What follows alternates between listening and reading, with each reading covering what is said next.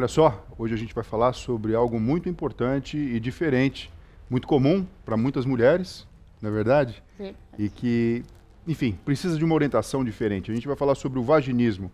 Para isso, a gente está recebendo nessa dose de saúde a Débora Pádua, que é sexóloga e fisioterapeuta pélvica. Muito obrigado, viu? Obrigada eu pelo convite. Débora, fala uma coisa pra gente. O que é o vaginismo? O vaginismo é uma disfunção sexual feminina que causa dor na relação sexual. Então, a mulher, na verdade, ela tem um comprometimento ali em volta do canal vaginal. Então, essa musculatura se contrai, por isso que é feito fisioterapia, né? E isso impede a penetração ou dificulta muito. Bom, agora me fala uma coisa. Números em relação a isso. Isso é mais comum do que a gente imagina? É mais comum do que a gente imagina, mas as mulheres, elas, na verdade, elas não contam muito sobre esse assunto. Então, tem 5% da população que tem esse problema, né? E quando a gente soma com a dispareunia, que é quando as mulheres têm dor, elas conseguem ter a relação, mas com presença de dor, se tem 18% da população. É muita coisa. Então vamos lá, porque grande parte do nosso público feminino, inclusive que segue aqui a gente no YouTube, muitas vezes quer saber como ter uma vida melhor, enfim, e nem sabe, na verdade, o nome do problema que tem. 5% eu acho um número muito grande. E quando você soma isso com dispareunia é dor na relação sexual. Dor na relação sexual. Então aquele momento que era para ser super prazeroso, que a gente aciona o circuito do prazer, em que a própria formação do vínculo, o fortalecimento do elo no casal deveria estar acontecendo, acaba ficando comprometido. Exatamente. E o que acontece nessas mulheres, que é justamente a sua área? Essas mulheres, elas começam a criar memórias de dor. Então, quando tem qualquer tipo de vínculo que o homem já começa a beijar, ou até mesmo a parceira, o que acontece? Vai lá e aciona justamente aquele circuito de perigo, dor, frustração. Então, essa mulher, ela também começa a perder a vontade de ter a relação sexual. Então, o desejo começa a ir embora. Então, muitas dessas mulheres, às vezes, elas se tocam sozinhas, mas junto com o parceiro, não. Por quê? Porque ele começa a representar dor. E a gente pode dizer que isso tem relação direta com a parte emocional só ou não? Ou pode ter uma questão, sei lá, muscular? Porque a gente está falando de assoalho pélvico, né? Então, quando a gente olha, por exemplo, um esqueleto, a gente percebe que a parte de baixo da bacia, ela é aberta. E para aquilo ser, de alguma forma, capaz de conter tudo que tem dentro da pelve, enfim, do próprio abdômen, você precisa ter uma musculatura ali embaixo. Isso. Então, existem doenças do músculo, propriamente dito, ou quando a gente fala de vaginismo, fala de dispareunia, né, dor na relação, é tudo mental, tudo psicológico. Então, na verdade, Fernando, o que acontece? Pode começar com o mental, né? Então, pode ser aquela mulher que resolveu casar virgem, né? Então, ela tem medo da relação sexual, ou ela escutou a vida inteira que a relação sexual era algo errado, e ela não consegue muito virar a chavinha depois de uma festa de casamento, que agora ela é obrigada a ter relação. Então, essa mulher, ela muitas vezes, ela pode ter tido uma educação muito rígida. Então, assim, a psicologia tenta ir bastante para esse lado, mas também tem as alterações orgânicas. Então, mulheres, por exemplo, que tiveram candidíase de recorrência, infecções urinárias também. Então, vários estímulos de dor também na penetração. Porque qualquer tipo de infecção pode alterar e você sentir uma determinada dor, mas ela tem que ser temporária. Só que a gente não sabe muito bem o porquê algumas mulheres guardam aquilo como memória. Então, a cada relação sexual, ela vai de novo para aquela memória. E aí vira um ciclo vicioso. Ela não consegue sair daquilo. E aí isso pode modificar a musculatura. Então, a mulher, ela começa a provocar algumas contrações que ela é como se fosse proteção, né? Então, vai ter alguma coisa agredindo o corpo dela, ela reage como proteção. Só que chega um momento que o corpo não sabe mais relaxar. Você já deu tantos estímulos de contração, proteção, que é aquilo ali que ela vai fazer. Então, eu explico para as minhas pacientes que é como se fosse essa musculatura. Então, é como se o corpo entendesse que isso daqui é o normal dela. E ela vive assim. E quando ela vai para a relação, ela contrai mais ainda como forma de proteção. Então, vira esse ciclo que ela não sabe mais que isso é o momento dela relaxar e ter a relação sexual. Débora, isso que você está falando é muito importante. É muito importante, tanto para o universo feminino como, enfim, para todos os casais. Para né? todos os Então, para casais. quem está assistindo a gente aqui agora no YouTube, enfim, ative as suas notificações, faça sua inscrição no canal. Mas eu acho que aqui o mais importante, Débora, é o seguinte: compartilhe isso com as outras pessoas. Sim. Porque essa informação ela é valiosa. Então, nem sempre existe, acho que a maior parte das vezes não existe um problema na musculatura propriamente dita. Num primeiro momento, talvez não exista mesmo. Existe algum trauma ou talvez alguma forma da educação sexual ter ocorrido e uma associação no qual a mulher não relaxa no momento que o que o organismo pede é justamente que você relaxe a musculatura Sim. e permita o coito, permita a relação sexual. E você tem um acionamento, como você falou muito bem, da memória. E quando a gente fala de memória, a gente fala de sistema límbico, que é a parte emocional do cérebro. Sim. E uma hora que era para vir alguma coisa muito legal, acaba vindo algo que atrapalha e trava de vez. Exatamente. E trava. Então, a gente tem mulheres que têm vaginismo que nunca fizeram um exame ginecológico. Então, Chega nesse nível. Chega nesse nível. Então, essas mulheres... Eu já tive pacientes de 60 anos que nunca tinham feito um exame ginecológico. Né? Por quê? Porque ela trava de uma tal forma a musculatura que um espéculo não entra nela. Então, ela não consegue fazer um Papa Nicolau a vida inteira. E como que essas mulheres engravidam? Então, não engravida. Aí tem muitas mulheres que vão para a fertilização justamente porque não consegue fazer o que deveria ser o natural. Eu posso então entender, existe uma coisa chamada vaginismo, que é esse mecanismo, entre aspas, de defesa, através da contração muscular, Sim. que não permite a penetração. Isso mesmo. Uma porcentagem dessas que tenta ousar a quebra dessa barreira podem apresentar o que a gente chama de dispareunia, dor na relação sexual.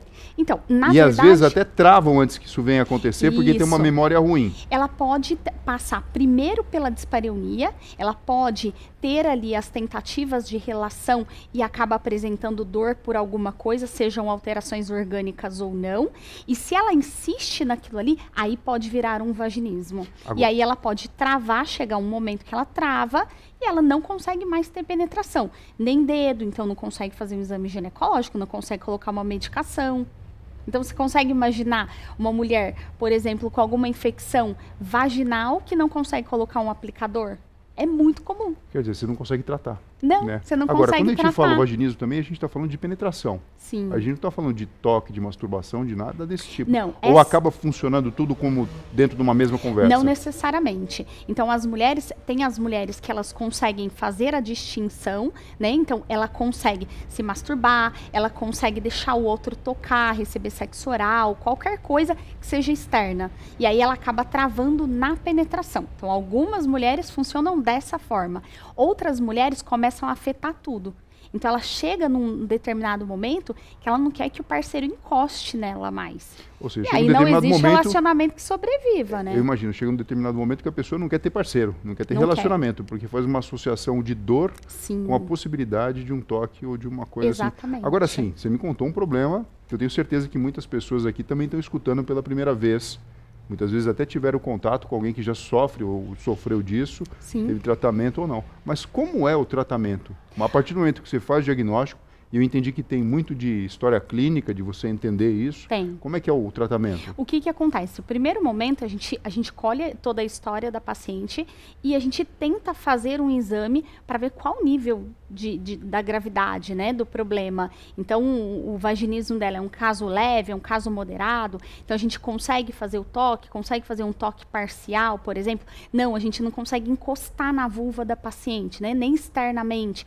Então, tem esses graus. Aí, a gente decide qual o melhor tipo de tratamento. O tratamento que eu faço é da fisioterapia pélvica.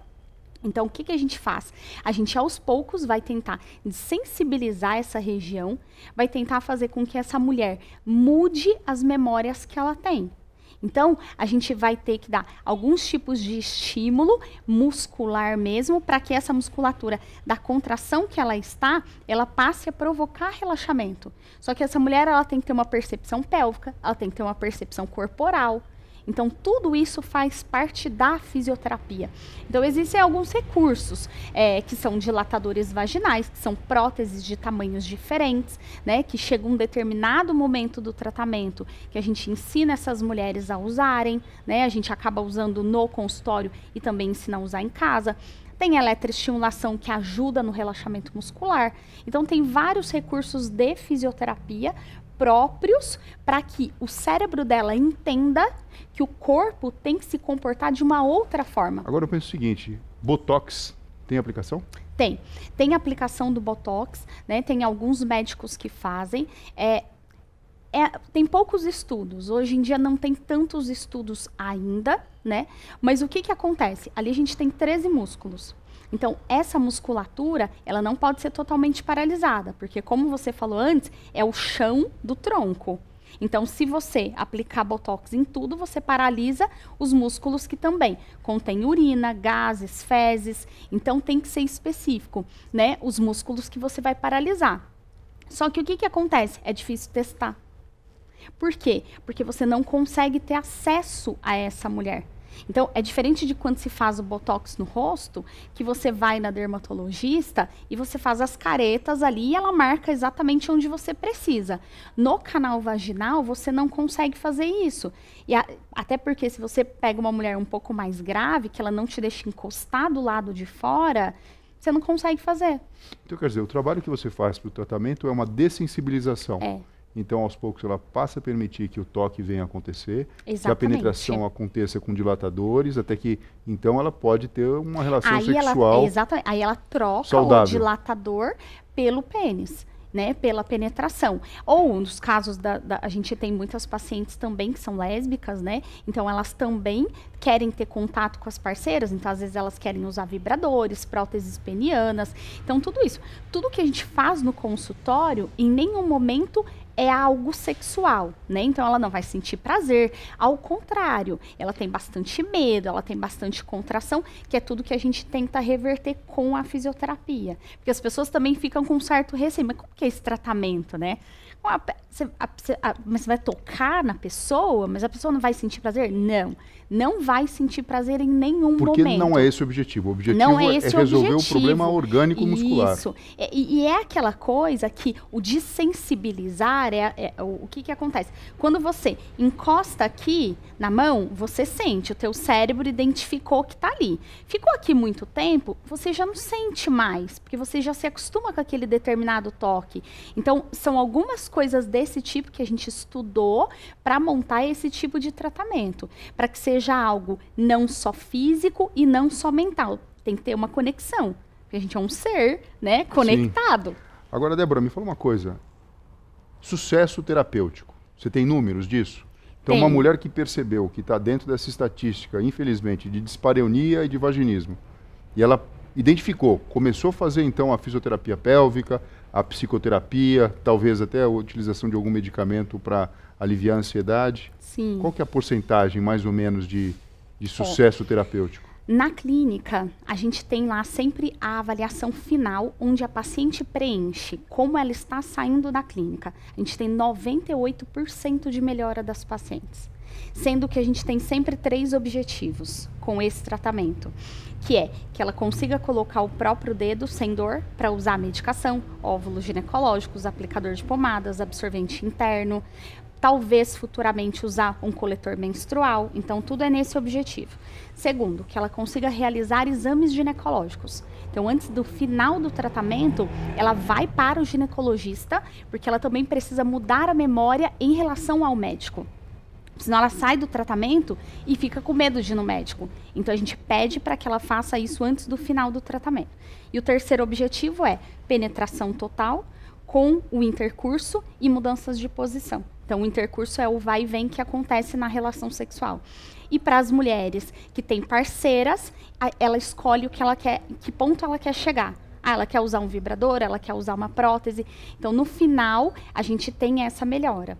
Existem algumas mulheres que acabam desistindo no meio do tratamento, geralmente as que o relacionamento não está muito bom, às vezes se já desgastou muito tempo também, né? Então, tem aí uma série de outras coisas que a gente talvez encaminhe para uma terapia. Mas, geralmente, o que acaba tirando a pessoa do curso do tratamento não é a questão física. Exatamente. Acaba sendo a questão de relacionamento então, interpessoal. Muitas vezes ela já consegue fazer tudo isso, ou chegou no terceiro objetivo. Relacionamento não tá bom, aí ela não consegue concluir a relação, mas, por exemplo, ela tá em dilatadores, que são tamanhos de pênis, né? Ela às vezes consegue uma prótese peniana como se fosse igual a um pênis, mas ela às vezes não quer ter a relação junto com o parceiro. Olha só, eu acho esse assunto super interessante, eu acho que sexo acaba sendo uma forma muito interessante de a gente acionar o circuito cerebral do prazer com liberação de dopamina, de um monte de neurotransmissor.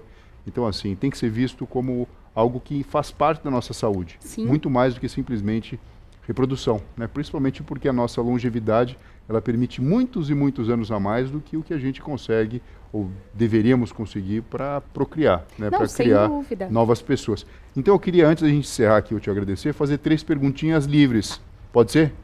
Então, tá bom. Primeiro, a gente está falando de vaginismo, de dor ou impossibilidade de realizar o sexo vaginal. Sim. Isso eu posso pensar também em relação ao sexo anal? Muitas mulheres, elas conseguem realizar o sexo anal, mas elas não conseguem o vaginal. Muitas vezes a memória que ficou é relacionada ao canal vaginal, não necessariamente ao anal. Então, algumas elas já tinham uma relação anal, né? Então, ela continua. Por quê? Porque ela percebe que aquilo não provoca dor. Então, o vaginal provoca dor. Então, vamos parar com o vaginal. Então, eu tenho muitas pacientes que conseguem fazer o sexo vaginal, o anal, não conseguem o vaginal. Aí, quando elas querem engravidar, aí não tem jeito. Outra então, pergunta. Ela se pega nesse ponto. Eu entendi. Outra pergunta, em relação ao pompoarismo. Tá. O pompoarismo seria uma habilidade justamente ao contrário do que a gente tem do vaginismo? Exatamente. Posso pensar assim? Pode. O que acontece? Para você fazer o pompoarismo, para a mulher conseguir realizar pompoarismo... Aliás, explica para o pessoal, né? O que é isso que a gente está falando. Então, vamos lá. O pompoarismo é quando você usa essa mesma musculatura que fica em volta do canal vaginal para provocar contrações durante a relação sexual, onde o parceiro sente mais prazer e a mulher consegue sentir mais prazer também. Então, acaba mudando um monte de coisa. Melhora a lubrificação vaginal, melhora a circulação de toda a região que tem em volta ali do canal vaginal. Então, a mulher ela pode sentir mais prazer também. Então, o pompoarismo é algo que foi criado, né, há muitos e muitos anos, mas hoje eu considero o pompoarismo uma brincadeira com essa musculatura que a gente tem. Só que o que acontece? Para você fazer o pompoarismo, para você brincar com o músculo, ele tem que estar funcionando. Então, um músculo paralisado, ele não vai funcionar como você deveria, deveria. Então, imagina assim, o horizonte longínquo de uma pessoa que tem o diagnóstico de vaginismo seria a capacidade de ir além da função e conseguir fazer o pompoarismo. Sim, fazer pompoarismo, brincar, sentir prazer com o canal vaginal. Então, o pompoarismo, ele é super... Eu super aconselho. Eu acho que as mulheres têm que fazer bem orientado. Hoje existem muitas fisioterapeutas pélvicas que fazem esse trabalho, né? Até para a mulher não fazer nada errado, que vá prejudicar a longo prazo. Só que a mulher do vaginismo é aquela mulher que ela tá assim. Sim. Só que para ela fazer pompoarismo, ela tem que fazer isso. Então, ela tem que ter a habilidade, né, com essa musculatura e fazer com que ela funcione. Outra coisa, ejaculação feminina. Fala um pouquinho sobre isso que o pessoal sempre pergunta. Olha, a ejaculação feminina é uma coisa que ainda ela é muito nebulosa, né?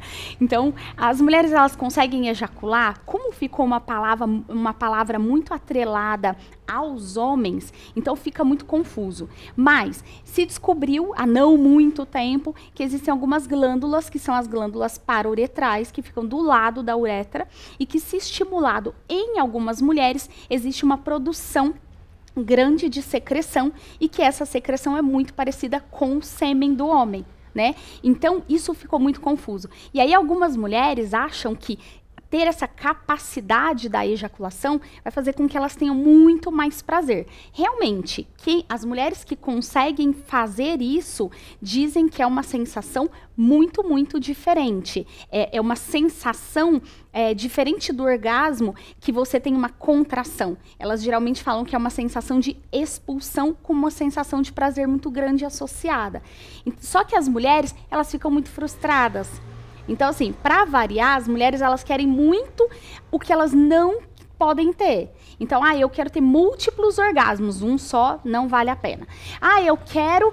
então, assim, valorize o que você tem. Mas você está falando, então, que as mulheres são insatisfeitas, é isso? As mulheres, elas aprendem a serem insatisfeitas. né? Então acho que a mídia não contribui muito para a sexualidade feminina, porque ela sempre tem que estar além, ela tem a capacidade de ter múltiplos orgasmos, ela tem, mas ela precisa fazer isso todas as vezes? Não necessariamente, às vezes ela quer ter um orgasmo e tá tudo certo. Então, as mulheres, elas têm que aceitar essa sexualidade de uma forma melhor. Acho que de uma forma mais natural, né? Mais natural, sem essa exigência de que ela precisa ser o máximo sempre. E aí a ejaculação, a cobrança da ejaculação, só dá numa mulher baita frustrada, tentando achar um ponto G que ela não necessariamente vai encontrar. E aí ela fala, e aí, eu não consigo. Aí ela tem uma amiga que consegue. Ah, mas a minha amiga consegue. Ela fala que ela sobe pelas paredes, então ela quer subir pelas paredes. E não é assim. O sexo, ele pode ser uma coisa simples, gostosa, entre o casal. E assim, não precisa sempre subir pelas paredes. Às vezes você vai gostar de subir, mas às vezes também vai ser legal uma coisa simples. E valorize isso. Então pode ser legal. Olha só, muito bacana esse nosso bate-papo. Eu tenho certeza, viu, Débora, que você ajudou muitas pessoas que estão assistindo a gente aqui. Mais uma vez eu falo, olha, vamos compartilhar esse vídeo, tem informações privilegiadas, informações que muitas vezes não são faladas, né? A gente passa por cima de muita coisa. Você falou um negócio muito bacana que eu achei aqui. Quer dizer, não é sempre querer subir pelas paredes, né? O arroz e feijão, o papai e mamãe, o dia a dia, aquela coisa da vidinha, na verdade, acaba trazendo muito mais felicidade do que uma busca por uma coisa que talvez você não tenha, porque naturalmente você não vai ter, né? E não precisa comparar. Exatamente. E uma coisa, Fernando, se você me permite dizer, uma coisa que eu acho muito importante de falar da dor na relação, são dois casos importantes. Agora a gente acabou de passar pela parte do câncer de mama, né? Do outubro rosa e tudo. A fisioterapia pélvica, ela também ajuda muitas mulheres que não conseguem ter a relação sexual quando passam por algum tratamento de câncer. Então, tem vários tratamentos de câncer que fazem com que a mulher fique com dispareunia quando estão tratando. Você diz isso por quê? Porque existe uma menor lubrificação, uma menor tendência a ter excitação. Exatamente. É E isso? se é algum tipo de câncer ligado à parte hormonal, eles têm que dar alguma medicação que corta os hormônios, né? Como se ela estivesse na menopausa, mesmo sendo mais nova. Então, essas mulheres também começam a sentir dor na relação sexual. Isso é algo que a fisioterapia também consegue reverter, né? E agora nós vamos entrar no Novembro Azul. E aí isso também entra na parte dos homens. Por quê? Os homens agora, eles conseguem ter uma vida sexual muito mais extensa do que as mulheres, justamente pelas medicações que foram criadas, né? E essas mulheres, quando entram na menopausa, também têm a dispareunia, justamente pela falta de hormônios. Então, continuam-se os homens que querem ter a relação sexual e as mulheres que não conseguem, justamente pela falta de hormônios. E a fisioterapia, ela também consegue ajudar nessa parte. E isso é algo que, se a gente for ver essa porcentagem, aí dá uma porcentagem muito grande de mulheres. Porque a maioria das mulheres sabe que quando entra na menopausa, a lubrificação reduz. Né? Então, o que acontece? Essas mulheres, elas podem ser ajudadas também com essa parte da fisioterapia, que foi criada não tem muito tempo, que às vezes junto com algum hormônio local, uma pomadinha que a ginecologista passou, associada à fisioterapia, dá resultados fantásticos.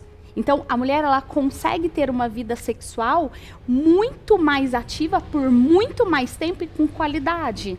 Então, acho que isso é bem importante. É bem importante, pelo que você está falando, a gente se preocupa inicialmente com o indivíduo, no caso, Sim. com a mulher que tem o vaginismo ou a dispareunia, mas a gente percebe que isso pode transbordar para o casal, para a família, para insatisfação, Total. ou para preocupação, para ansiedade, e tudo isso tem tratamento de uma forma diferenciada. A gente vai deixar aqui todas as suas redes sociais para que as pessoas possam seguir você, possam pegar mais informações, mas eu quero te agradecer muito, viu? Porque esses temas que parecem muitas vezes ousados, associados a tabu, eles fazem parte de se buscar uma vida melhor, uma vida com significado, e isso é extremamente importante. Obrigado, saúde, viu? Né, Fernando? É saúde, pô. É saúde. Obrigado, Débora. Eu que agradeço.